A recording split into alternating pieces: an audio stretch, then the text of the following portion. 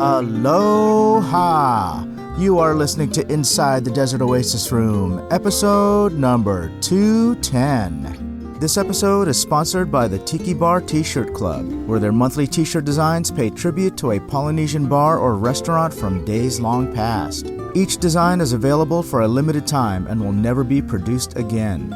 For the collectors out there, be sure to check out their subscription program, where they offer a discounted 3, 6, or 12-month plan, or you can always buy shirts one at a time. For more information and to check out this month's shirt, visit tikibartshirtclub.com. This podcast is sponsored by Frogtown Brewery, an independent craft brewery and tap room located in Northeast Los Angeles. Stop in and enjoy one of their excellent beers from their ever-changing, diverse menu. Tell them that Inside the Desert Oasis Room sent you and get your first pint on us. Limitations apply. For more information, go to frogtownbrewery.com and follow them on social media at Frogtown Brewery. Today we chat with Evan Reiner. Evan is the owner and founder of Droogies Ultra Dog, manufacturers of Southern California's newest gourmet hot dogs. As a third-generation butcher, Evan is a master at delicious meat blends and combinations. We chat about the art of the butcher and the nuances of this profession, as well as industry secrets in the underground food scene, unscrupulous restaurant practices, and more. As always, I hope you enjoyed this episode as much as we did bringing it to you. If you'd like to follow our adventures, check out our YouTube channel at youtube.com/PolynesianPop, where we chronicle events, bars, travel spots, cocktail tutorials, and more. And if you enjoy this podcast, please consider becoming a patron at patreon.com/PolynesianPop, where membership grants you early access to podcasts and videos, front-of-the-line privileges to new merch releases, as well as exclusive content, meetups, and screen credits. Alrighty, make yourself a chili dog and join us inside the Desert Oasis Room as we join Evan Reiner from Droogies Ultra Dog.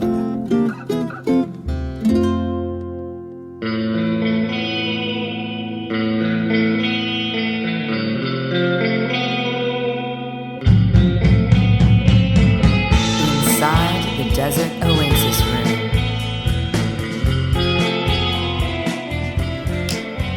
Almond wine. So this is a tribute to the Beachcomber's Gold cocktail Oh yeah, I love that. I love that drink. by Don the Beachcomber.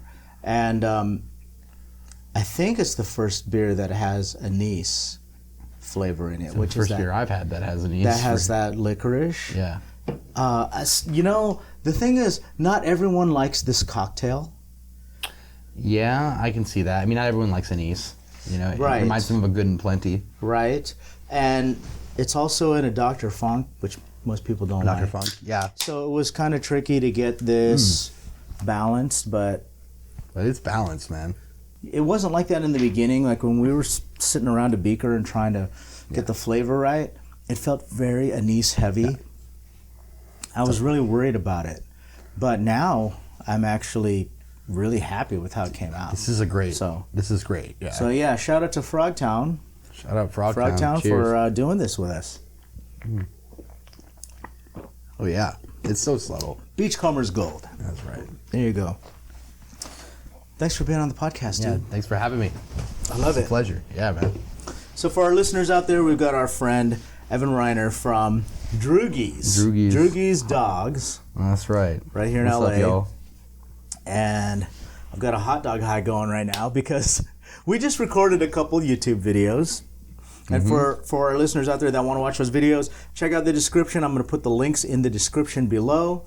Just click on that and you can see our friend Evan and what we're eating and what he's making and what we're drinking and all that fun stuff. That's right.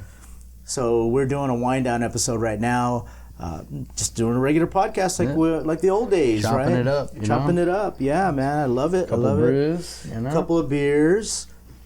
Beers. Man, really good hot dogs. Let's talk you. about how you got your start with Droogies. All right. Well, it's a long story, but it comes to So, I am a butcher by trade. My grandfather was a butcher. My great grandfather was a butcher. So, I decided to pick that up. I did an apprenticeship with an old French butcher, and he had a shop on 3rd and Vista on West 3rd near Fairfax. So there's apprenticeships for being a butcher? There's not anymore in LA. Oh, there's I not. pretty much had the last one. Okay.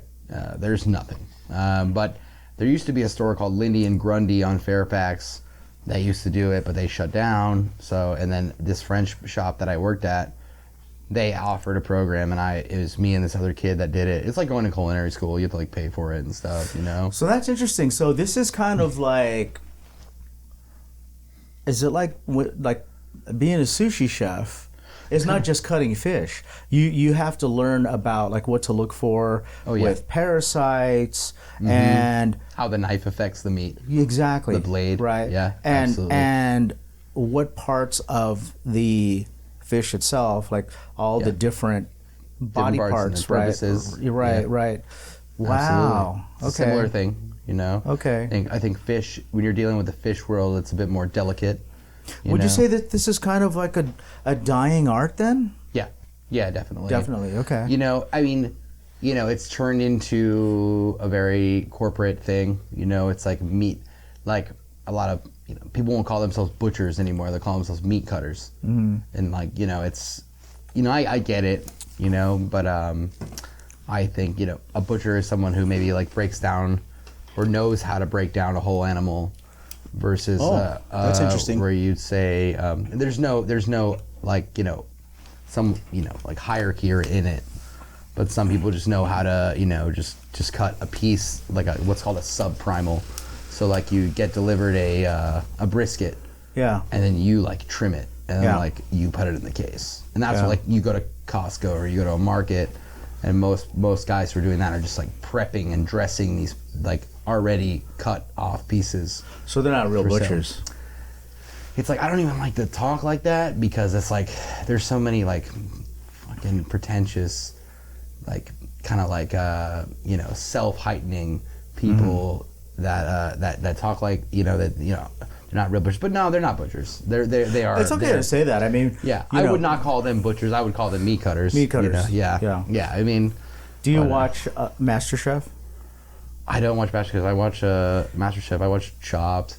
So I love I love anything food. Actually, I love anything Gordon Ramsay is what I was going to say. Yeah, I do love anything food, but I love anything Gordon Ramsay. I love Gordon Ramsay, and I'm a devoted fan of MasterChef. And in the early days, one of the things was, let me show you how to break down a chicken. Oh yeah, right. Okay. Because the difference between MasterChef and Kitchen Nightmares is that, or they have this thing called Next Level Kitchen also, which is a Gordon Ramsay show. Next Level Kitchen has a lot of professional chefs in there. MasterChef are amateur chefs. They're home cooks. Got it. Right? And so in the beginning, he was showing them how to break down a chicken, right? These days, because it's advanced so much and the stakes have been raised so much. Yeah. If you go to MasterChef and you don't know how to break down a chicken, you don't even make it on the show. They expect you to know something, right? So what I'm getting at is, I assume that as a butcher, there's a way to break down, say, a cow or a pig. Yes. And then a meat cutter wouldn't know that. Usually not. Okay. Yeah. So that's what I'm getting at. That's the difference. Yeah. Yeah. And bear with me because I'm one of these guys that when you ask me a yes or no question, I take 10 minutes to give you the answer. That's okay. Yeah. I'm somewhat similar to that. Right? You know what I mean? So that's interesting. These days, the only time you see a butcher really is in the grocery store. And you mentioned Costco, and I never even thought about that. Yeah. But, I remember in the 70s when I was a kid, Sam was a butcher, right? He had a butcher shop. Yeah. Right? Yeah. Those don't really exist much these days then. No, it's a dying breed, and if they are a thing, they're very expensive and not affordable. You're paying, for a pot roast, you're paying $45. Holy moly. Yeah. You know what I mean? So it's I don't, I shop And at them. you know, like the thing is that dollars talk, right? People will they'll look at the bottom line and they'll say, I don't care where I buy this from, I got to feed my family, and I'm not going to pay $45 for a pot roast. Yeah. And that's why that's going away. Yeah, and I get that. You know what I mean? Like it's Interesting. but it's like it's funny because like you know maybe the business owner of this shop will like imply these prices and have this deep cause, but a lot of like the people working there who aren't making nearly as much money as the owner, you know, they feel the same way. They're like, I can't afford that. You know what I mean? It's like it's real, you know, and Hey, you know, it's the way that times change in our lives. You know, like if you look back to, and this is not even that long ago, when I watched Back to the Future, there was a scene with these guys that would run out to fill up a car with gas and wash their windows and check their oil and check their tire pressure and all that. Now, Back to the Future was in 1985, I something believe. like that.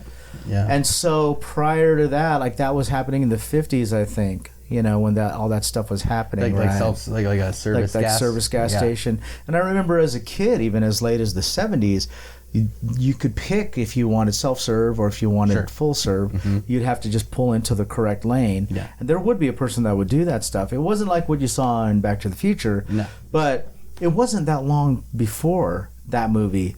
And what I'm getting at is that things just change so much, you know, and so quickly. Yeah, and they fluctuate and just kind of, you know. But meat's crazy. expensive, man. Meat's and so. It's crazy. It's crazy. I love how you've transitioned, though, from being someone who basically worked at the Grand Central Market cutting meat. Which I loved. Which was okay. Great. Yeah. Into being a small business owner. Yeah. I mean, so now you're doing Droogies. I'm sorry, I keep getting that wrong. No, I keep forgetting to put the S on there. Droogies. So Droogies. Yeah. And for our listeners out there, check out at droogies.la. That's right. On Instagram. And you guys are making gourmet dogs. We're making 100% prime beef hot dogs from scratch. Love it. Love it. So for our listeners out there, I mentioned her just a few minutes ago. I'm on a hot dog high right now. We just recorded a bunch of YouTube videos. That's right. And we just had, I don't know. We did 3 different Droogie dogs, but we had more than just 3 because we got on Instagram and did a live video. That's right. You know, we had some fun with that. And really, really good stuff. What made you decide to go do that? You know, it's, you know, as someone who has worked in meat before and like, you know, I think about my skill set and I'm like, okay, what's something different that I can bring, you know, because it's, you know, everyone can like, you know, it's a lot of meat cutters out there, a lot of butchers, but, you know, and a lot of people like, you know, they can open a butcher shop. A lot of butchers can open a butcher shop. Yeah.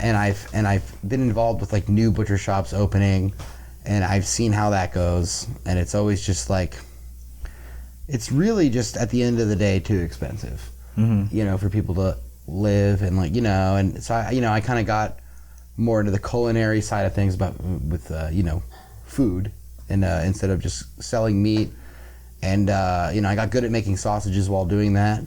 So I was like, how can I kind of like, what's a kind of sausage that, you know, I can make a lot of really great European sausages, like crazy European stuff. But I was like, you know, and I've tried, I worked at a lot of farmers markets, like trying to sell these sausages for other butcher shops. And a lot of people, like, nothing hits like a hot dog in America. Yeah. It's just like, it's one of the most American food items you could ever get. Nothing like hits home for a lot of Americans like a hot dog. And each one has its own personality, right? Oh, yeah. So, coming from LA, that's right. Like the Dodger dog, that was revolutionary. Yeah. I remember when I was a kid and getting a Dodger dog and getting one for the first time. That's right. I just remember thinking, this is the greatest hot dog in the world. Yeah. Right? And I'm not going to lie, that was a huge influence for us at Droogies. Yeah. And so I said, you know, we have our hot dogs are very, you know, the skinny guy, you know, and they're long and you know, you go to Chicago and they're a lot fatter, you know, longer than the bun. Love it. Yeah, exactly. Sticking out of the sides, you know, and they have the snap. Love it. Yeah, exactly. And then I think a lot of like it was like Dodger dogs, and then there's a hot dog joint in East LA called Cronies. That's just, and maybe we'll go there one day. I think I know Cronies. Dude, it is such a classic joint, and It's like, they have like the fencing around like the seating area and the gate. And it's chili cheese dogs. They've been open since the 60s. But it was kind of those two places that really inspired my love for like a good hot dog. And and it was just kind of me thinking about, well, what's something that LA doesn't have regarding like meat? And like, barbecue is cool, but barbecue doesn't hit like it does in Texas. And that's what I was going to say. The thing is, LA is not known for its barbecue. That's what I'm saying. So, there's two spots I think that barbecue has a reputation. Obviously, Texas. And Kansas City barbecue. In Carolina. Carolina. North Carolina, Okay. yeah. That's where The Kansas City people are really passionate about their barbecue being better than Texas. Of course, yeah. Of course. And Texas is just who they are. You don't mess with Texas. You don't mess with Texas, yeah. So I get both sides. Yeah. But the hot dog culture, right? So Yeah. we all know about Coney dogs. The which one? Coney dogs. Oh, yeah. Nathan's. Yeah, And exactly. Kobayashi. Yeah. And The Hebrew National. the Hebrew National and Joey Chestnut and all that stuff, right? Would you say that LA has the same kind of culture, or is it just different? It's different. I don't think LA is really. Would you say they're known for their dogs? No, I think LA Angelinos love a good hot dog because of the Dodgers, and because of Dodger Stadium, and because of some other like institutions around the city, like Cronies and stuff and Cupids, like other things like that. But it's not like New York. It's not New York. Like New York is like the immigrants from Germany have been coming since the 1800s and made hot dogs a thing in New York. Here's what I think LA is known for: is their street dogs. Absolutely, yeah. Right. So, I mean, look, if you like you and me, if you're raised in LA, you've probably eaten thousands of street dogs. Absolutely, yeah. Right. I know I've eaten hundreds. I mean, at least I've eaten hundreds. Yeah. At least 100. Right. Yeah. Well, look. It's everyone knows how old I am. So I'll say I'm 53 years old, right? So I'm in my 50s, and I've been eating street dogs since I was probably like 12 years old. There you go. Right? Yeah. So if I'm only having 2 a year, let's do the math. That's 41 times 2. You had about 100 that's 88. Dogs. So if that's only if I'm having 2 a year, dude, and I'm growing up in LA. More than 2 a year, Definitely, I've had more than 3, 5, 6. Look, I'll go to the car show in LA at the convention center. I'll have probably, when I take a break, go outside, I'll have 1 or 2. Yeah. And then when I'm leaving, let me grab one more on the way home. Course, yeah. Go to Tiki T, walk down the street, get one off the street. That's right. I'm at Tiki T every week. Go clubbing when I'm in my 20s. Go whatever. You name it. Yeah. Saturday afternoon down in the fashion district looking for a pair of pants. They're always there, man. Down there. I mean, like, you name it, there are street dogs all over LA. As long as I've been alive. Right. And look, some of them are really great. And they've evolved. Because they've hit, from the days that they became a thing when they were being called danger dogs because the vendor had no health license and they're just rogue, to these days they all have they all have documents they're all documented, they're all licensed for exactly, for the health department and stuff. And a lot of them are not even like the small fry you think they are. There's some guy or some company that owns like 100 carts. That's right.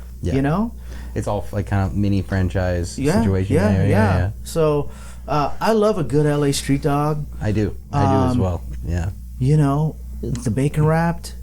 Where did that originate? Do you know that? I don't know. I want to say, I see them in stores, and I see there's a brand of hot dogs called Hoffy, and they sell them in these big packs, and I want to say they might come from this company making these. Are the bacon that it's wrapped in? Is it uncooked? It's uncooked, but bacon is always cured. Okay. So it's like, but because I tried doing it here, right? I thought I'm going to make myself a bacon wrapped dog. I pan fried it, and I got it nice and crispy on the outside. And I took a bite, and the backside of the bacon was ghost white. It was raw, and that's weird. That's weird, It's like, but see, you can't cook both sides though, because if you do, that's right. Then it turns into a crispy piece of bacon. That's right. And so how do you do that, right? Yeah, I mean, how are they doing that? They're not doing it. I don't think. I think if you, And that's why they call them danger dogs. Yeah, yeah, you're right. Yeah.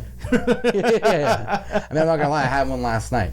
I went to the LAFC game, and I got out, and there was like must have been 50 carts outside just the gate. Yeah, it was wild. And my friend who I went with, he was like, yeah, I'm gonna get your dog. I'm like, cool. And I don't know how much you remember them being, but they're $10 now. That's crazy. So yeah, I didn't pay $10 for. Yeah, I don't remember. That was the first time I don't even remember the last time I had one. Yeah, but I certainly didn't pay $10. I want to say that I paid like $4. Yeah, that was the usual. Right. Yeah. Wow. I haven't had one for a very long time. But you know what? Part of it, I think, too, is that inflation. It's the place and time. Yeah. Well, inflation, sure. It's a game. But it's the place and time. It's a game, right? Everyone's drunk. If you walk into an amusement park, you're not going to get a soda for 95 cents. You're going to get it for Disneyland price. Yeah, you're going to. Yeah, exactly. Yeah, water's $5. Yeah, So it's it's the time and place. Yeah, it's the look. I don't want to pay $10 for a dog, but I'm here. It's right here. It's the convenience factor. Like I just want it right now. I'm hungry right now. Yeah. Absolutely. Yeah. Wow. Yeah. So I had it, and then I'm not gonna lie, like this morning, like I was regretting it, dude. I didn't feel very good. How do you feel about being someone that you own Droogies, but you're buying a dog from someone else? I love it. I always wonder about that. So, like, if you, say you own a bar, like, how does it feel to go to another bar and pay someone else for a drink that you serve and sell in your own bar? There's something about it that I love. Like, especially in like hot dog culture, there's a certain like humbleness, at least in the hot dog culture that I know, that I love. It's like there is like just a street element to it. It's just a hot dog. It's like, here's a dumb question: is there a community around it? So before you answer, for example, craft beer. There's a craft beer community, right? Absolutely. Craft breweries, they'll collab with each other, or there is a community surrounding that. For example, the tiki bars. I was going to say tiki. Tiki bars. Like tiki, you have people that will, like, all the tiki bar owners know each other. And the patrons patronize all the bars. There's a community. Is there something that exists like that for the hot dog community? Maybe. Street dogs? Maybe, but you know what? It's probably just food industry. Yeah, it's more like meat people. And I think the meat community is something that I find to be a little, I don't know, I'm just not going to lie to you. I just think it's a little fucking silly. Like, I get it. Like, I know other butchers, but like the Instagram butcher community, like, Oh, there's an Instagram butcher community. Oh, yeah. No, I'm going to have to look that up. Oh, yeah, dude. Yeah, and and a lot of these people work at really expensive shops or they, I don't know, I just don't, I'm not into the, there are people that they'll go to like the trendy bar, they'll buy the trendy drink, they'll photograph it, post it on Instagram, and they'll walk out. Yeah. They won't even drink it. Oh yeah, I'm sure it's happened to the team. And they do it. They do the same thing with restaurants, like some trendy dessert that they want to show everybody that they had it, but they really didn't. They bought it, took a photo, posted it, and left. Yeah, I know. It's a very hollow thing. Yeah. That blows my mind. Well, like, look, if the dessert's $5.75, and that's all it costs to, get a $50,000 like count or 50,000 like count, right? What's the price for their notoriety, or if they got to do that because they have to satisfy a sponsor, or they're trying to show some kind of influence because they're trying to obtain a sponsor, or whatever. Maybe they get paid. That. Maybe someone pays. Maybe the restaurant owner pays them. If it's a $5.75 dessert, I get that. But like if you're, I get that. As long as you're tipping your server, like that's. It's just an interesting concept. It is a very interesting concept. Like we live in a different world now. It is a different world. I agree. I mean, I'm come from someone who loves food, so I'm like, why wouldn't you eat the dessert if you order it? You know what I mean? But if you're coming from the other, if you're coming from the other side, it's like, this is a job. Well, maybe some of these influencers too. I was watching an episode of, I don't know if it was Kardashians or something like that,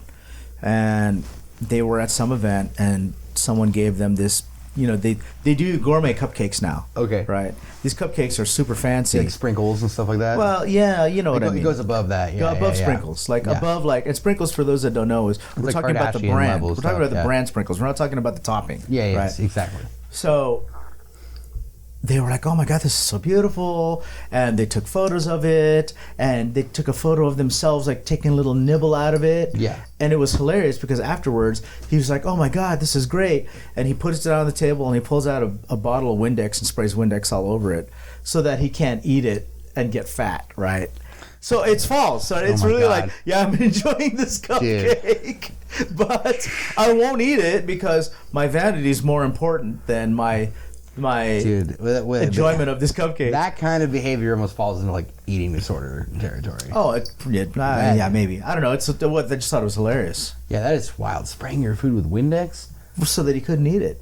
It's blows my mind. also kind of genius at the same time because I thought, well, It is. that's what I should do. That's what I should do because I'll fucking eat the whole thing. Yeah, you know, like don't get me wrong. Like, yeah, I have those same feelings. I'm like, oh man, why did I eat that dessert? You know what I mean?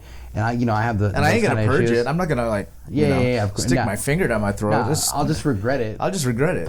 But damn, like spraying Windex is a whole other yard. Yeah, It was. I actually thought it was kind of comical, but then I thought, oh, that's actually kind of genius. I mean, listen, to a certain extent, that is a very, it is a practical extreme that will prevent you from doing that. That's temptation. right. Yeah. It was erase temptation because who the hell is going to eat Windex? Yeah. Is it absolutely fucking bonkers to me? Yeah. Yes. But it's bonkers. Yeah. But I fucking, I understand it. Do I think there's something behind that could maybe stem from abuse or something? I don't know. Who knows, man? Yeah, that's wild. I never heard of anybody spraying Windex on their food. Yeah, it is. That's it's new funny for me. But yeah, people do a lot of things for vanity. I used to work at a butcher shop that was mainly influencer run, so I'd see a lot of that kind of stuff. Oh, really? Yeah, taking pictures with steaks, throwing the steak away, stuff like that. Okay, I got a question for you. What are your thoughts about the Salt Bae? The marketing genius. Yeah. It's a marketing genius, man. He has this little sprinkle thing. He's like jacked. He's jacked. He's like ripped. So that's the thing. The dude is ripped, right? Yeah. And I thought, he ain't eating that shit because there's no way he's going to be ripped unless he's not eating anything else and he's just eating protein. He works out all the time. I've heard about. I knew a guy that worked for him. Oh, I knew one of his butchers at Nusret, Beverly Hills. Okay. And, but this dude's in Dubai or something, isn't he? He's in Turkey. Oh, he's in Turkey. He has restaurants all around the world. London. What's the name of his restaurant? It's Nusret, and that's his name. Nusret. Yeah. I follow him. That's right. I thought that was just his name. That's the name of his restaurant, too. Yeah. And he has one in Beverly Hills. Have you been there? I have not yet. I want to go just to try the burger. I don't want to try their gold leaf steak because it's $4,000 or whatever. Well, because it's gold leafed, right? Yeah. What I was going to ask though is how different is that steak than if I went to Houston's? It's Wagyu, so you're buying. It's Wagyu. Yeah. So you're getting that crazy marbling. It's gonna be some bang for your buck. But Houston's is great because they have prime beef, so it's, And that gimmick.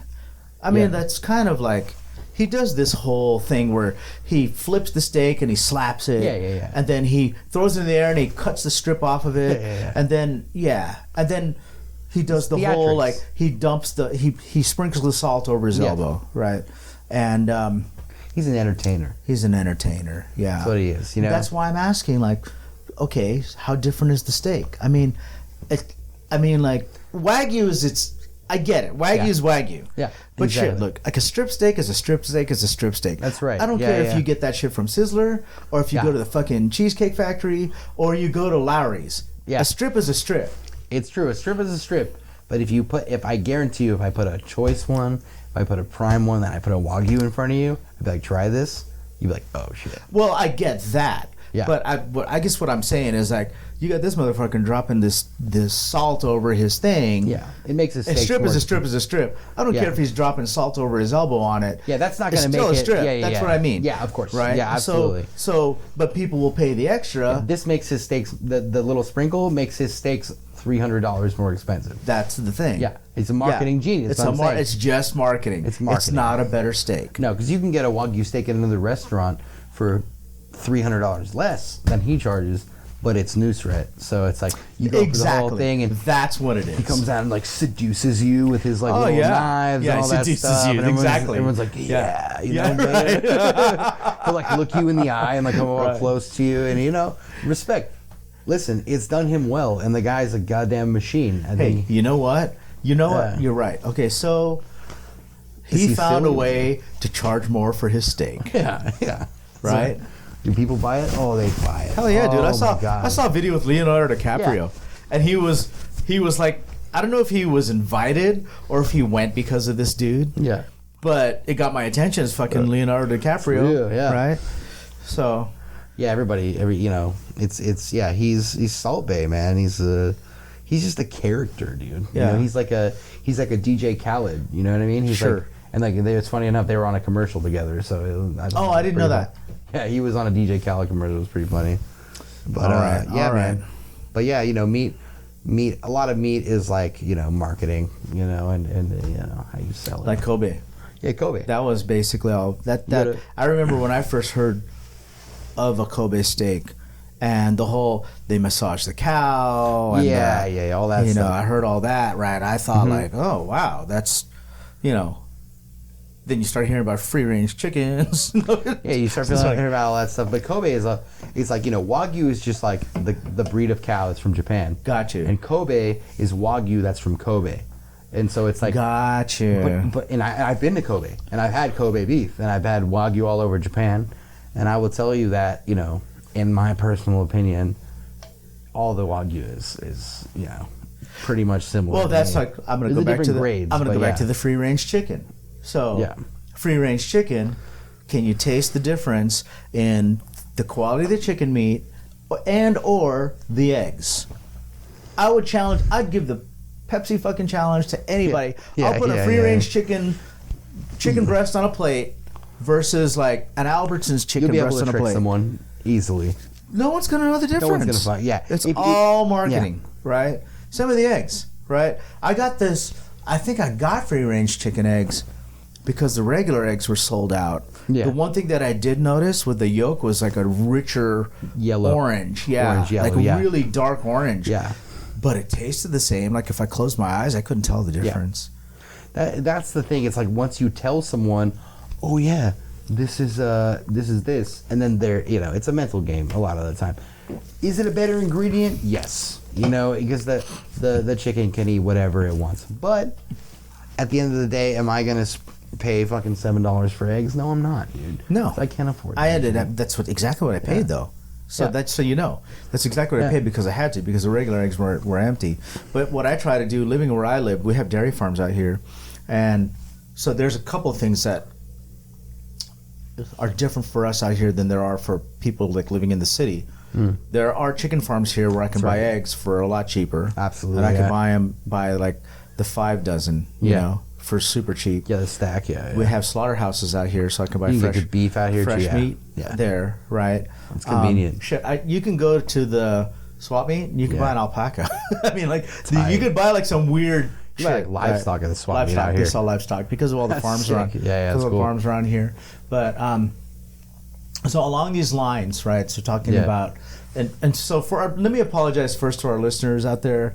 There's going to be a lot of meat talk on this because we're talking to a butcher, and a guy who started a business that's making gourmet dogs. So apologize if you're tuning in for tiki or cocktail talk. We're going to tie that back. Yeah, we'll tie that back. This is my buddy from the Tiki Tea, so we are going to talk about Yeah. we're going to talk about tiki and cocktails. But hang in there for us. I just find some of this stuff really fascinating. I got a question for you about. We just talked about a strip is a strip is a strip. Yeah. That I don't care if Nusret is dropping salt over his elbow on it. A strip is a strip is a strip. Yeah. Absolutely. Way back in the day in my 20s, I used to hang out at this dive bar. The place was called the Hungry Hound. We used to drink these giant beers called schooners. They were probably like, I'm not exaggerating, 84 ounces or something. Yeah, they were gigantic. They're giant, yeah. This was in the 90s. And That's like a pitcher, dude. it was like a modern pitcher. day pitcher. And Yeah. speaking of pitchers, on Tuesdays, they used to do $2. Yeah, They called them $2 Tuesdays, where you got a pitcher for $2. People, let me guess. People would just drink that Out of shit. pitchers, Yeah, right? wow, yeah. $2 Tuesdays, you got a pitcher for $2.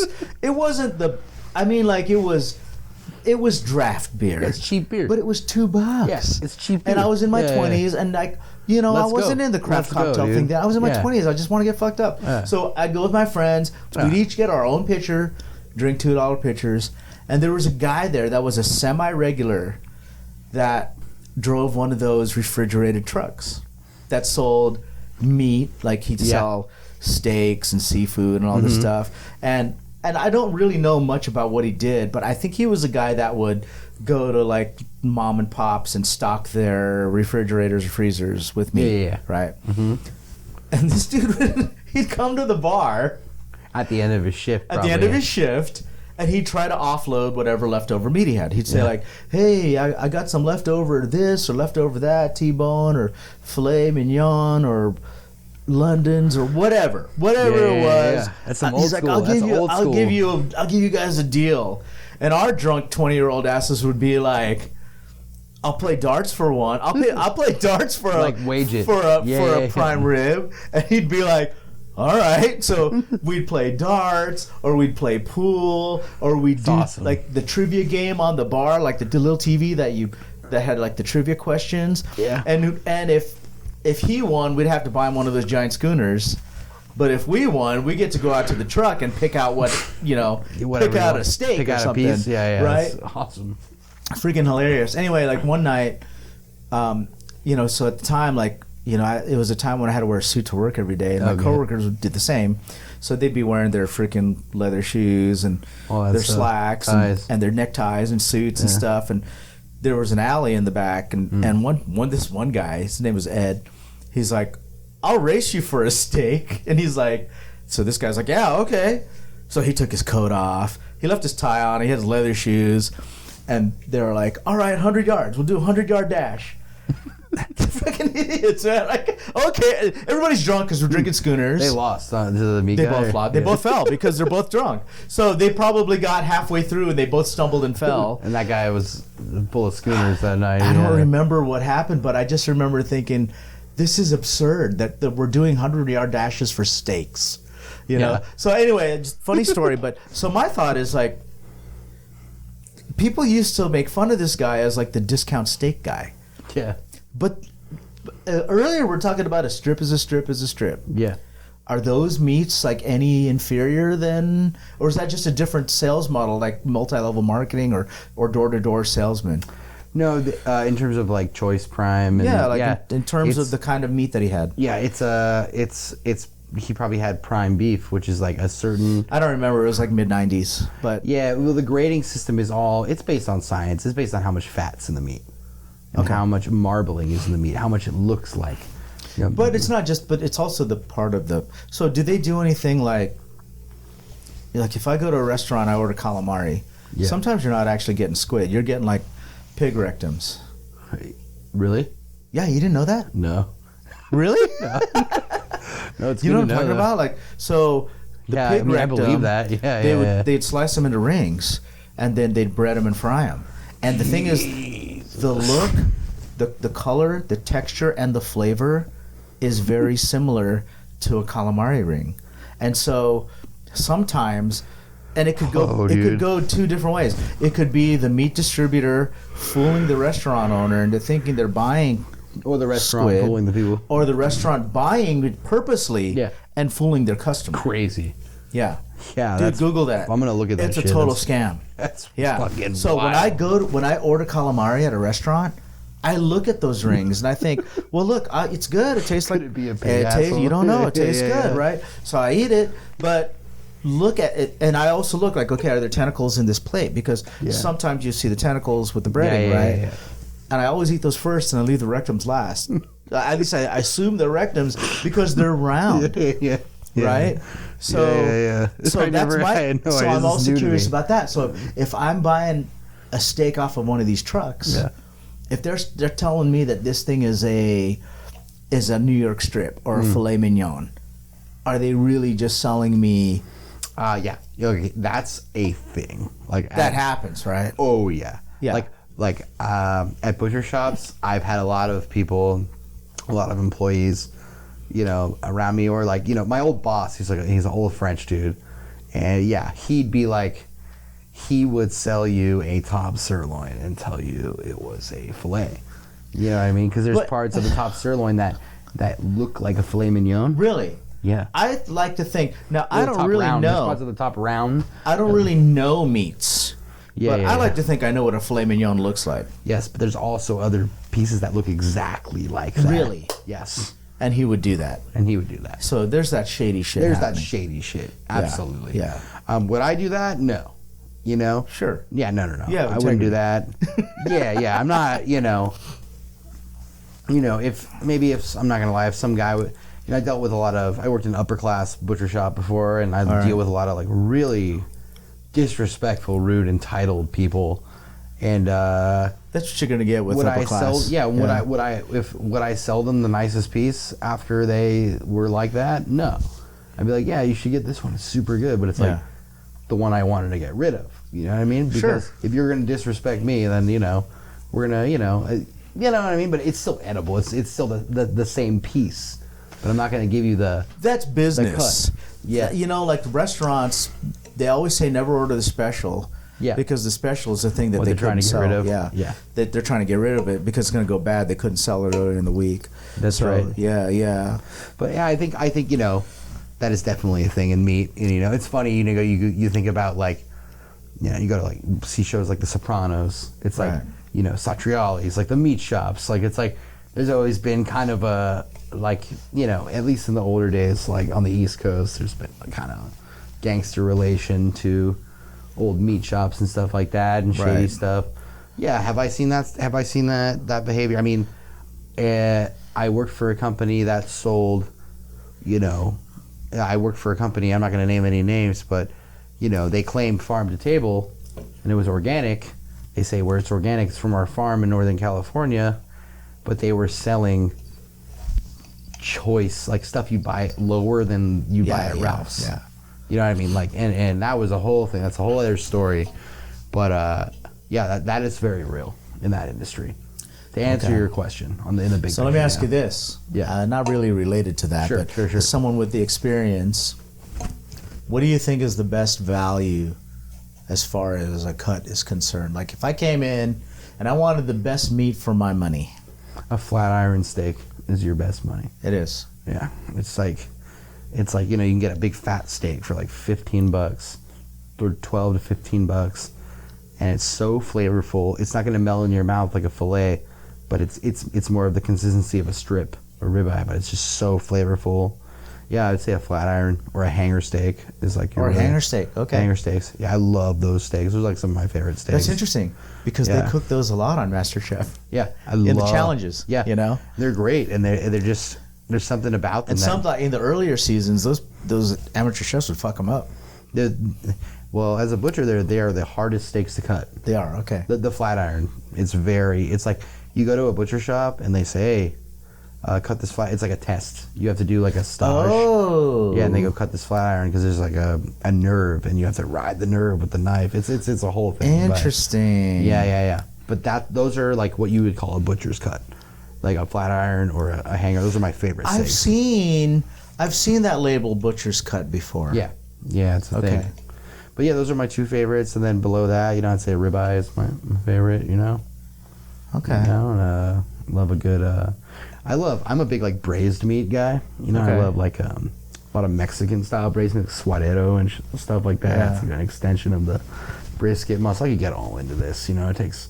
Yeah. It's a whole thing. But and part of that too, I bet, is just raised in LA, right? Raised in LA, yeah. And like Because this is not the shit you're gonna get if you're raised in Seattle. No, or it's not. if you're because you're raised in Seattle, you're gonna know your seafood. You're gonna know like stuff that comes out of the Puget Sound. Yes, and I get that because I have family up there that I remember when I was younger. So I had an uncle that used to go fishing a lot in the Puget Sound. They catch a lot of salmon up there. Oh yeah. And he'd take it home and he'd fillet it, he'd smoke it, he'd vacuum pack it, put it in a cardboard box and ship it to us. That's right, yeah. We don't do that down here. You know, No. that was a Seattle thing, you know. Yeah. So yeah, you know, I think also just like, you know, hitting all the taqueros on the street and Right. like it's you learn all the different cheaper cuts too, like, and as a butcher you like connect the dots. You know what I mean? I work in meat, so I go and eat on the street and I like connect and I see what they're cooking and I chop it up with those guys and like, you know what I mean? And like, yeah, like how do you do that? You know, like I talk to like the taco dudes, you know, and like about that kind of stuff. And I love that, man. I love it. I love it. I regret not going by your shop when you were down there at the Grand Central Market. It's okay, man. There'll be more, you know. I don't get down there that often as much. You know, like I'm in Hollywood every week, but I drive past downtown to get to Hollywood, Sure. right? Yeah, I'm in Hollywood because of Tiki T. Sure. Yeah. Because it's really kind of East Hollywood, right? Yeah, It's kind of it's East between Hollywood, Echo between Park, Silver Los Lake, Feliz. yeah, you know, It's like Silver Lake, Los Feliz, East Hollywood. Exactly. Right. It's Yeah, kind of yeah, like yeah. on the border of all of that, Yeah. right? It's its own weird part of LA. But It's that I don't sunset drive bucket. through downtown to get there. I drive around downtown. I take the Yeah, 101. The 101. Yeah, You went yeah. the 60 to the 110 to the 101. Yeah. Yeah. The 101 because we're Californians. The 101. The 60. Yeah. Right. Is that what do other people call it besides? I think they call highway. So it's fucking weird. Like they think we're weird because we call it the 5. Really? I got on the 5. I got on the 10. I didn't know. I took didn't know. the 210. I took the yeah. They think that if we say that it's weird because they say, why do you say the? It's highway this or it's highway that, and I think like Oh yeah. but it's the street. Like when you say that I rode my bike on the street, you don't say I ride my bike on street. Yeah. You say I rode my bike on the street. Yeah. You know? Yeah. Or it's the freeway. Well, which freeway? The 5. Yeah. That's why I. You know feel. what I'm It's saying? Like what freeway is it? The 5. The 5. And then, but I feel like people from like maybe Middle America or like other places, yeah, it's a bit more. They think we're weird the way that we. It's a bit more of a country road speak or something. I don't know. You know. They call it I-5, like I-5, Interstate I-5, 5. Yeah, Interstate. Yeah. And I think like. We don't have to. Who we just cares say if the it's numbers. interstate? We don't have to Just say say the numbers, bro. Yeah, you know, right? Hop on the 10. You know, get off on the. Right. So I had no idea that was even a thing. yeah, that's a thing That's too. funny. Yeah. Yeah, It's like soda and pop. You know. that's funny. So But yeah. I'm gonna bring this all the way back full circle. Yeah. So for everybody that was wondering earlier when I said, "Hey, okay, we're talking meat, but look, we're tiki guys. We met at the Tiki Tea." That's right. The tea. Right? So, the Tiki Tea. All you non-Californians, when you send me messages and you say, I'm going to be in LA on July blah, blah, blah, meet me at the Tiki Tea. That's right. That's why we call it the freeway and the 5 freeway Absolutely. and so on and so forth. So, anyway, Tiki Tea, our favorite spot. Yes. I met Evan there a few years ago. Yeah. Before the pandemic. We go there on Wednesdays. That's my day. That's at my least. day too. Wednesdays. It was Wednesday and turned to Saturday for a while, but I come back. Sometimes to I go there Saturday. You know, if I'm in the area, Yeah. I'll go. You know, Whatever work lets me Yeah, do. yeah. You know. Tiki Wednesday Tea is is Tiki the Tea. day. Wednesday's You know the what I mean? day. Wednesday at 4. Yeah, There's nothing just better than that. Wednesdays at 4. We do that toast to Ray later on in the evening. Yes. 9 o'clock. And, you know, Wednesdays has become a very popular day. I remember when they first started doing that toast to Ray because Wednesday was the slowest day and they were trying to get people into the bar. And that was their gimmick, right? And Now Wednesday is. actually, that wasn't their gimmick. The gimmick was the discounted Ray's mistake. Yes. Yeah, that's right. When they first started doing it, it was $5. Yeah. So It was $6 before when I started going there. okay, yeah. So and then now it's $9. Yeah. It's all good. I'm Yeah. totally. I'm happy to. I'll take it. Yeah. Absolutely. And here's the thing: we talked about this before. You know, when you support the Tiki Tea, you're not supporting a Yard House or Or a the Cheesecake corporation. Factory or some TGIFs, Yeah. some corporation with a CEO. Supporting a family. You're supporting a family, so Sure. that's the difference. But yeah, love the Tiki Tea. Supporting LA culture too. LA culture, real right. LA institution. That's the thing about the You Tiki know? Tea. If you look at the old photos, it looks exactly the same. same thing, man. It's just everything around it has changed. Yeah. Yeah. Yeah, PBS next door is now Yeah. Scientology. I think it became KCET, and then it became Yeah, that's right. Scientology. That's right. Yeah. And Everything around is and everything around it. The tea doesn't budge, No, Same thing. It's an old school institution. And you that's know. what's up. Yeah, You ever want to experience real LA culture? that's It's right. the first place I'll tell you to go. Love it there. Love That it there. followed by Dodger Stadium, I Right. would say, Do you live close by there? By the T or where? Yeah, by the T. Yeah, I live on Pico and Westlake. So I live like over by the old Lucy's, like Pico Union. Okay. So I live like maybe a 10-minute drive from the T. Yeah. Well, closer than me. Yeah. Yeah. I used to live in East Hollywood, so I would get on I used to live on Vermont and Beverly. So I used to get on That was a lot closer. I used to get on the red line, and I used to just Vermont and Beverly. So yeah, you were by Koreatown then. Yeah, I was by Koreatown. I lived next to the Jollibee, right there. Okay. I remember I cracked my first tiki mug I got this really... Oh, did you really? Yeah, I got a mug from Odd Rodney. You know that Yeah, guy? yeah. And I got his first run of Moai mugs, and it was so cool. And He's a friend of the podcast. Yeah. Yeah, cool. Yeah. I cracked it on the red line. Yeah, Oh, it's bad, but, what a bummer. It's a memory though. I still have it. I still drink from it at my house. Did you glue it back together?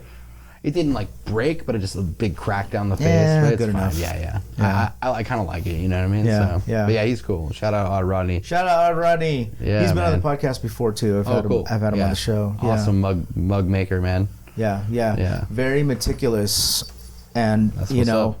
yeah, that's why his stuff costs what it does. I mean, you can get mugs that are made in China, but they look like they're made in China. I mean, then there's a place for it. There's a place for a mug A good cheap mug. Yeah, like that you can take with you anywhere, and if it breaks or You whatever, put up on like a shelf, you don't whatever, care, as a souvenir. right? Yeah. There's some of that at the Tiki Tea. Yeah. 'Cause, people bring in their mugs. The regulars have their mugs on the shelves, and you know that. We have that. Yeah. Yeah. Like, we don't have to carry a mug there every week. They'll let Yeah. us leave it there. They let the regulars do that. So Yeah. if you guys want to do that as well, come to the bar and hang out there with us regularly, and you'll get a space on the shelf. It's true. And bring your mug. Yeah, bring your mug. and And people drink out of some people will drink out of a $500 shag mug, like and me. some people will drink. Do you? I have a shag mug. See? I got shag, dude. Oh yeah. That's right. You have that real fancy one. The Yeah. Konku, Yeah. I remember. I was sorry. Yeah. I paid under $200 for it, so I'm okay. Well, I feel okay. That's not what it's worth now. No, It's not worth now. more than Yeah, that now it's worth like $500. Yeah, so some but- people will drink out of that like you. Yeah. And I know a guy who, and it's funny because I have a friend who works at the Children's Hospital, like across the right street, right the there. street. St. Jude. And he comes, dude, it's funny. So I'm not going to say his name because I don't want to Yeah. get him in trouble. Okay. And he comes during his lunch break to the Tiki Tea. And he'll have, This guy, dude. he'll have a raised mistake or two, and then Yeah. he'll go back to work after his lunch break my is over. fucking God. Right? I've never seen him get drunk, like get blitzed or anything. Yeah. But he comes really more for the social aspect. Sure. Cool guy. He drinks out of a Hello Kitty coffee cup. Respect. That's his mug. Does he have it on the shelf or what? Yeah, it's on the shelf. Sick. So when you go there, look for it. I'm gonna look I'll for it. point it out to you. Yeah, point it out. And I'll tell you who it is and all that. And you'll be That's like, cool. oh Yeah. snap! It's hilarious. Respect, honestly. Yeah. Totally. And you know what the people don't know that we do at the Tiki Tea is, sometimes when the helicopter flies over and lands on top of the hospital, we know that a helicopter does not fly over casually. We know that there's an emergency. There's either a kid on that helicopter that's dying, or there's some kind of an organ that's being transplanted, shipped over, or whatever. Yeah. So we always show our respects for that. Moment of silence when that helicopter flies over. Oh wow! I didn't even know that was a. Yeah, it doesn't happen all the time, but But it's happened. it happens sometimes. You've been there probably when it's happened, right? I don't think so, but I hang out there enough. I'm sure it will. Yeah, Yeah. Wow. yeah.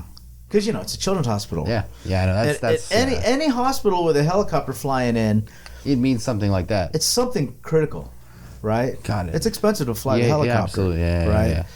But if it's a children's hospital, it's even more. It's even like twice full, 3 times. Yeah, because it's a kid, you know. Yeah. Damn. Yeah. So. Yeah. Well, what a way to wrap up our episode. Yeah. All right. Yeah. Let's try to wrap this up on a high note. Absolutely. Thank you for the excellent dogs. Yeah, thanks for having me, man. Appreciate it. Delicious. Let's throw out all of your information, the socials, the website, all that stuff for our listeners if they want to know how to find you. Yeah, man. It's just Droogies, DROOGIES.LA. On Instagram, you can find us. So support our friends, Droogies.LA on Instagram.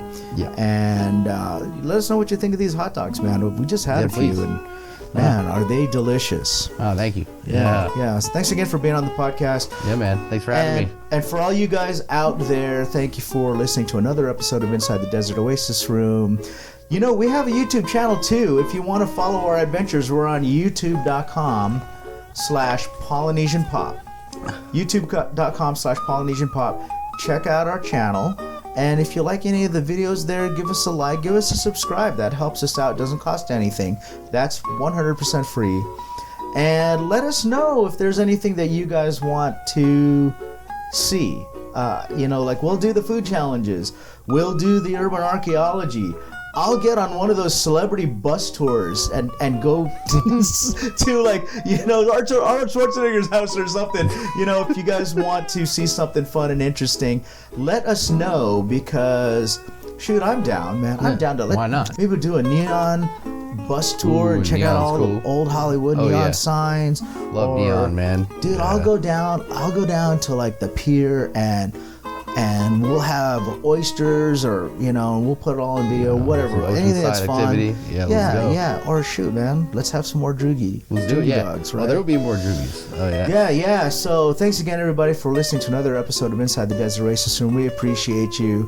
Yes. We will chat to you, I guess, again soon. All right. Hey. Cheers and aloha. Aloha.